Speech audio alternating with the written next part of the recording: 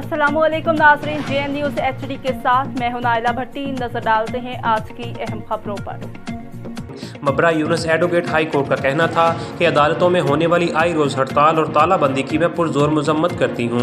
पाकिस्तान का निज़ाम इंसाफ और आए रोज़ वकील हजरात की हड़ताल, साइलिन परेशान। इंसाफ में पाकिस्तान दुनिया के 140 ममालिक में से 130वें नंबर पर है। मगर भी ममालिक के बरक्स जहाँ छोटी छोटी बातों पर लोग अदालतों का रुख करते हैं, पाकिस्तान में लोग बड़े बड़े मसाइल के लिए भी अदालत जाने से कतराते हैं और इन मसाइल को जरगों में तय कर लिया जाता है, जिसकी बुनियादी वजह निज़ाम इंसाफ पर अदम एतमाद है।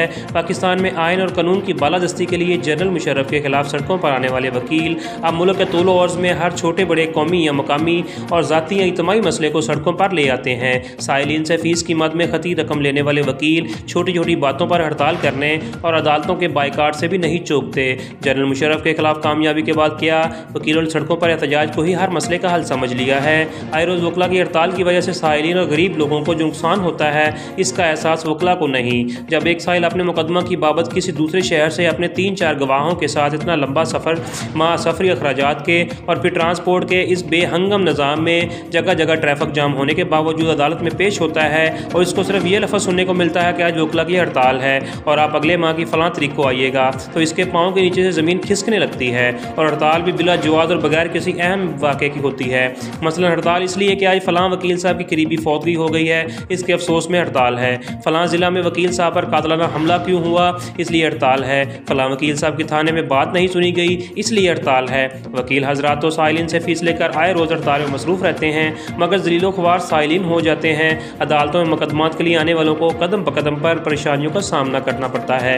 हालांकि बड़ी बड़ी तकरीबात में जजेस हजरात और वकला अहदेदारान अपनी तकरीरों में इन परेशान हाल साइलिन को सस्ता इंसाफ और फौरी इंसाफ मुहैया करने का डंडोरा तो पीटते हैं, मगर अमली तौर पर इसका बरक्स किया जाता है। मैं बहुत सी ऐसी फरीक मुकदमा को जानती हूँ कि इसने अपने गवाहान को दूसरे शहर से कई दफ़ा लाहौर बुलाया, मगर हर बार कभी जज साहब रुखसत पे तो कभी वकला की हड़ताल, कभी दूसरे वकील की मसरूफियात, और जब साहिल अपना गवाह ला कर थक जाता है और उनके सफरी खराजात और एहसान के नीचे दब जाता है, तो इसने आखिर यही कहना कि वकील साहब, ये जज साहब, मैं 2 साल कबल जो इंसाफ लेने आया था, मुझे तवक्का है कि ये 20 साल बाद भी नहीं मिलेगा। अदालतों में ख़ास तौर पर इंसाफ नहीं मिलता बल्कि बिकता है। मजलूम साहिल ना जाने किस किस सितम ज़रफ़ी को यह सहता है। इंसाफ की तलाश में इसकी ज़िंदगी के ना जाने कितने ही माहों साल अदालतों के चक्कर लगाने में सरफ हो जाते हैं। ऐसे में कभी से बताया जाता है कि जज साहबान छुट्टी पर हैं, कभी कहा जाता है कि जज साहब 2 बजे के बाद केस सुनेंगे, या फिर आज केस की समाअत नहीं हो सकेगी क्योंकि वकला हड़ताल पर हैं। साहिल का दिल ये सुनकर बैठ जाता है कि जब फैसले के वक्त उसे बताया जाता है कि अब मुखालिफ वकील साहब ने एक और दरख्वास्त दे दी है, इसलिए अब पहली दरख्वास्त पर समाअत होगी और फिर केस सुना जाएगा। कभी मुहर्रम की छुट्टियाँ तो कभी रमज़ान की छुट्टियाँ, कभी गर्मियों की छुट्टियाँ तो कभी जज साहब ही छुट्टी पर हैं। कभी जज साहब आने वाले अगले जज के लिए केस को नए सिरे सुनने के लिए छोड़कर तब्दील हो गए। नए जज साहब चूँकि अभी आए हैं, इसलिए केस को समझने में मज़ीद कई तरीके पड़ेंगी। ऐसे में अपने या मुखालिफ वकील साहब ने मुंशी भेज दिया कि इनकी तबीयत ठीक नहीं, अगली तारीख दे दें, यानी तारीख पर तारीख, किस्सा मुख्तसर। वैसे बात यहाँ तक ही रह जाती है तो अवाम और साइलिन अपनी किस्मत समझकर सब्र कर लेते हैं।